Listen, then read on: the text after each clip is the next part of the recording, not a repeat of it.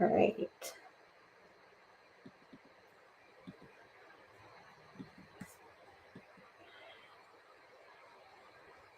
I'm just trying to, okay, no, I don't want that. Oh, okay. Somehow now I am on the screen. All right, so um, let's see what's going on here. All right.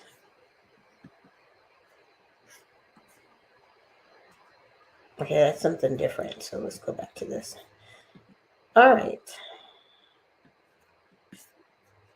So let me get this out of the way. And let's see what's going on here, if I can see anything.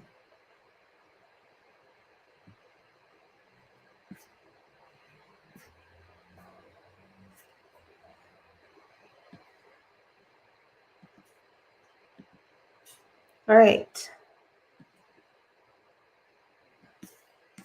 I want to see if I can see something here.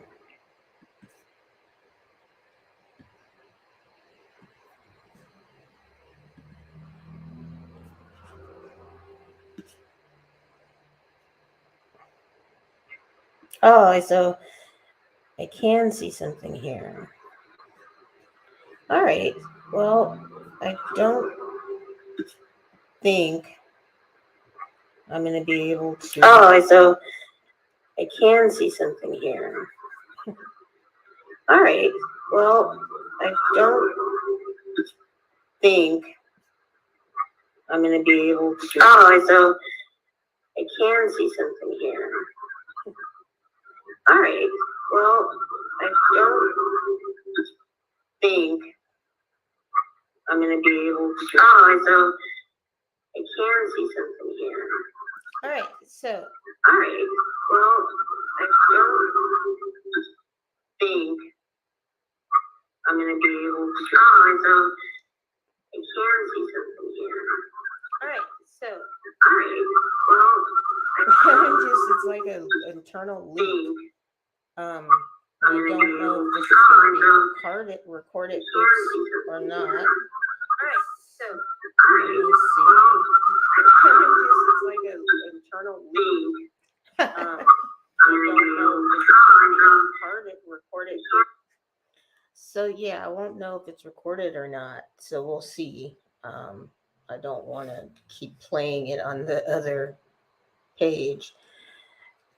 So I guess what I'd like to say, I was like, oh, someone's viewing me, but it's myself, is that I've been watching Love Island, and I watched it last year for the first time. Well, actually, it wasn't the first time. I actually had seen it before on Amazon. I saw a season of the US version. I never really saw the UK or Australia. I've tried to watch UK and Australia or other ones, and it's just not for me.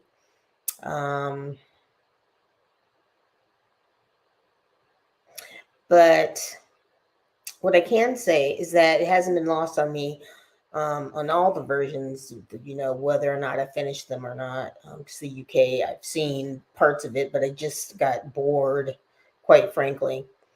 And I think I was invested in the US one last year because of Zeta and Timmy.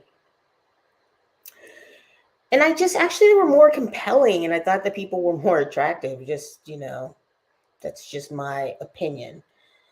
But what's bothering me the most about this season is that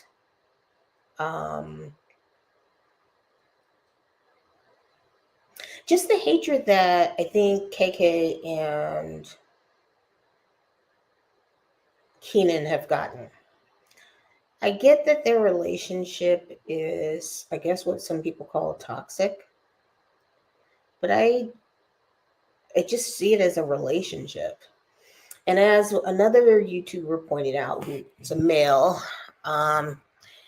and he said that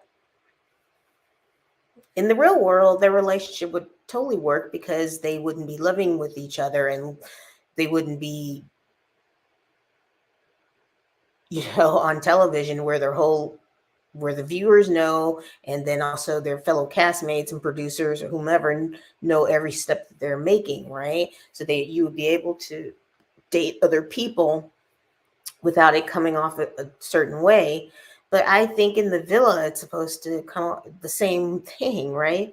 I don't see why. I thought that Kenan was very forthcoming and probably didn't tell her every single thing because it would hurt her feelings. And plus, he did care for her. The one YouTuber said that he didn't think that Kenan really liked KK like that. Um, you know, deep down or romantically. I don't know, but I'm a woman, so I think that sometimes I'd rather defer to the male. But it's funny because when the whole phrase of "they're just not that into you," and then that became a movie, and then the guy that was supposedly just not that into her actually ended up being into her. Whether or not that really is the case with Kenan and KK, I don't know because I don't know these people. But I just don't feel like he did anything that wrong. And people were saying things like he's emotionally abusive and he's a manipulator, while in the same breath they're saying that Leo is so much nicer, he's so much better, he's just younger, and so he's not being manipulated, he really does care for Cassie. And I think that is a crock of hooey. Like, I just don't believe that to be true. I think that he's given a pass because of colorism. I absolutely do.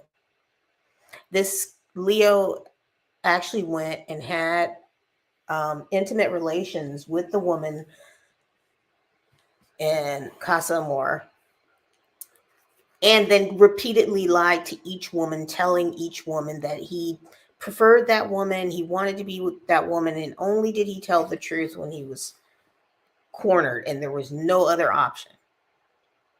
And this is the sort of guy that in the real world that he would lie to you. He would tell you, he would continue seeing the other person. So, and you wouldn't know because you wouldn't be with him 24 hours and it wouldn't be recorded. So I just don't get it with the hate of Kenan. And I do think it has to do with him being a darker skinned black man and people's perception of he must be sinister and he must be abusive and he must be trying to hurt KK. And then also in the same breath, how stupid KK is stupid. She's an idiot. She's pathetic. Not once did any of those adjectives come out of Kenan's mouth, which to me are very abusive.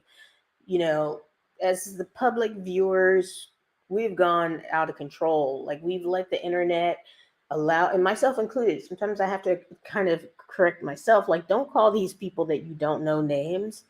Don't make all these assumptions about them based on, I don't even know. I wouldn't even say 1% of like who they are because I just don't know them. I can, you can have, you can have opinions about their behavior that you actually see, but you can't call KK pathetic. She's has affection for this man. I won't say she's in love with him. I know she said that, but I'm not so sure yet. It takes a while to know for sure if you're in love with someone, I think. And I also think love is something very, I don't think love is just an emotion. There's more to it. It's loyalty, it's commitment, it's wanting the best for that person, um, wanting to build your life with that person, those kinds of things.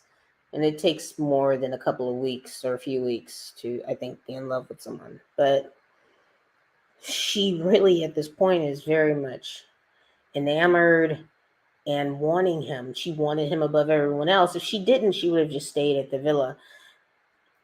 And anyway, I just don't think, I'm not someone to hop on hate trains. And especially when it comes to Black people, I just am not going to do it unless I feel like they've done something that they deserve to be hated for. And I don't know, what is hate anyway?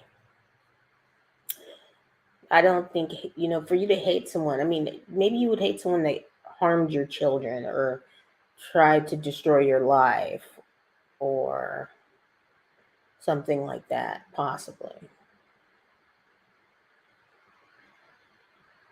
Killed your mother, your father, your dog, your cousin. I don't know. But hating people that you don't know on television shows that are edited and you don't know what else has happened. So with that being said, I wanted to talk a little bit about the Mike situation and how he spoke to Sarah, who's the host. And I understand that it came off like he was just being volatile and angry for no reason. However, when Anna left earlier in the season, Anna's a white woman young lady who's blonde. And she didn't want to stay, although she could have stayed if she had chosen Bergie as her friendship coupling. But she didn't want to. She decided not to. And so she left. Sarah not once asked her, well, do you really want to leave? Or at least we didn't see it on camera. She could have, but I don't know. She took it at face value. Anna left and everything was fine. But when KK decided to leave, Sarah asked her, are you sure this is something that you really want to do? And I think Mike took it as a rejection, that somewhat of a rejection of, are you really serious? You're going to leave because of Kenan? Are you really sure? And in that context, I could see where he was kind of annoyed. And what he said was, man, that's a mad disrespecting. And then she said, Sarah, I'm disrespectful? And then he said, yeah. And then that was it. That was the extent of their interaction. Now, this is a woman who's getting paid, whoever knows however much, $400,000 or something like that to do this gig. Maybe a little less, I don't know. And someone says something that, I don't know, it wasn't praising her, but I don't know if it was being disrespectful to her. He just said how he felt in that moment.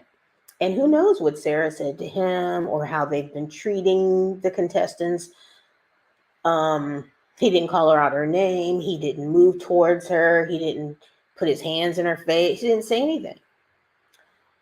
So, and then some people say, well, he's the way he talked to Destiny. And it's interesting because I think that Destiny talks to people any sort of way she wants to. She cuts people off. She won't hear their point of view. She'll walk away from them when they're speaking. And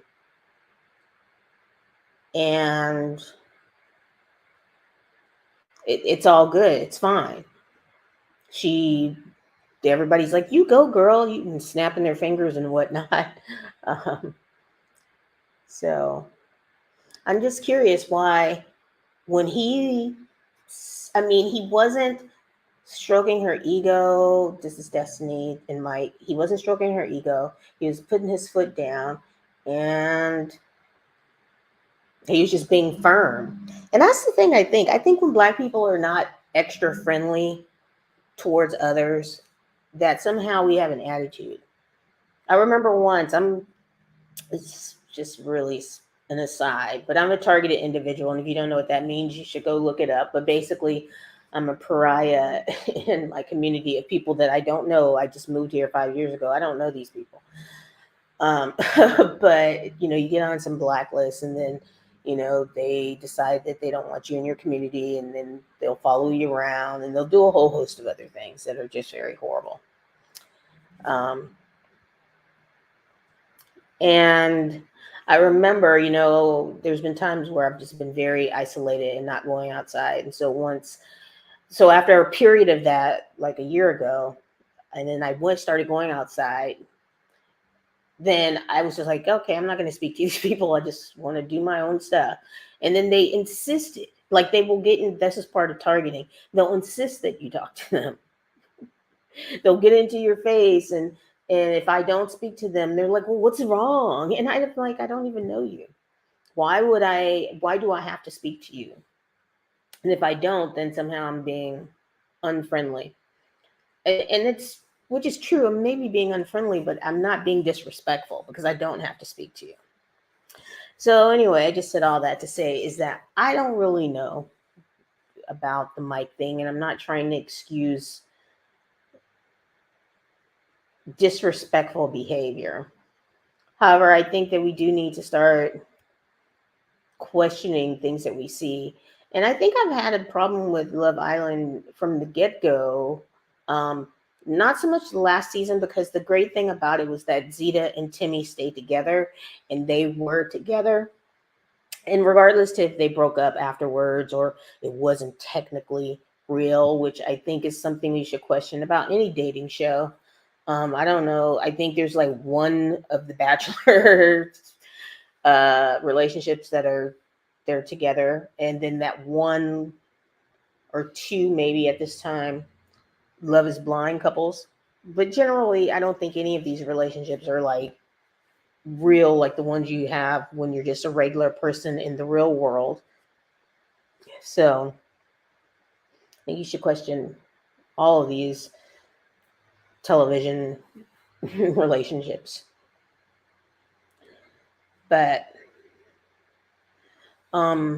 anyway, but the issue is, and you can, lots of people, content creators and interesting people have talked about how Love Island in particular, but not just Love Island, but all of them, you can go when there's Black contestants, especially women, who are never chosen, even by the Black guys. And I maybe I shouldn't just say never, but I will say rarely. And then when we are chosen, then, and I'm sure production is behind this in a lot of ways, then they end up choosing someone else. Case in point, last night. So somehow, I guess, Imani, who's the most beautiful chick on the show, in my opinion, I'm not just saying that because she's Black. I mean, I'm looking at the symmetry in her face. I'm looking at how she styles her hair. I'm looking at things that make people classically beautiful. And most of it is symmetry in the face. It's not about skin tone or anything like that. She's just beautiful. And I think she would be beautiful by classical standards, which again is symmetry, cheekbones, jawline. You know, she's not got she doesn't have some elfish face with a pointy, big nose and big ears flopping out on the side. Like, this is a good looking chick. Anyway, and she has a pleasant personality. At least that's the way it comes off on the show. And the guy she brings back, who happens to be a Black person, a Black guy, all of a sudden they don't get along. Like, they are just not getting along to the point where they can't even have a conversation. And granted, when she was talking to him, the way the edit looked was that she had an attitude, which again is another trope of the angrier Black woman with some kind of attitude. And both her and Destiny are being portrayed in that manner. But anyway, and Destiny, who is also an attractive girl, woman from African descent or African American descent, they both are very attractive in different ways. But neither one of them are chosen to be kissed. And both of their boyfriends, or the people that they were coupled up with, have decided that they want to be with other people. So, and you know, again, one could argue that it's just really their attitude, which I can understand somewhat, especially with Destiny, but not so much with Imani. So that's the main issue. And what I'm trying to say is, because I know I'm rambling, because this is really just a test video. I'm just trying to see if I could record something. is that we're often not chosen no matter how beautiful we look. And there's been plenty of, if you go through like this, plenty of dating shows where white women or white adjacent women, like on that show, The Perfect Match, where there was that one woman, and she's not, I don't think she's white, but she's white adjacent, like she's white enough. And that woman had an attitude. She treated people poorly. She was conniving, but every guy wanted to be with her, almost everyone on the show. So there's a double standard in terms of whatever behavior people like to project onto Black women, no matter how beautiful they look. So I guess this is the end of my test, and I want to see if I can record. And I know that this isn't supposed to be recording at the moment, but we shall see.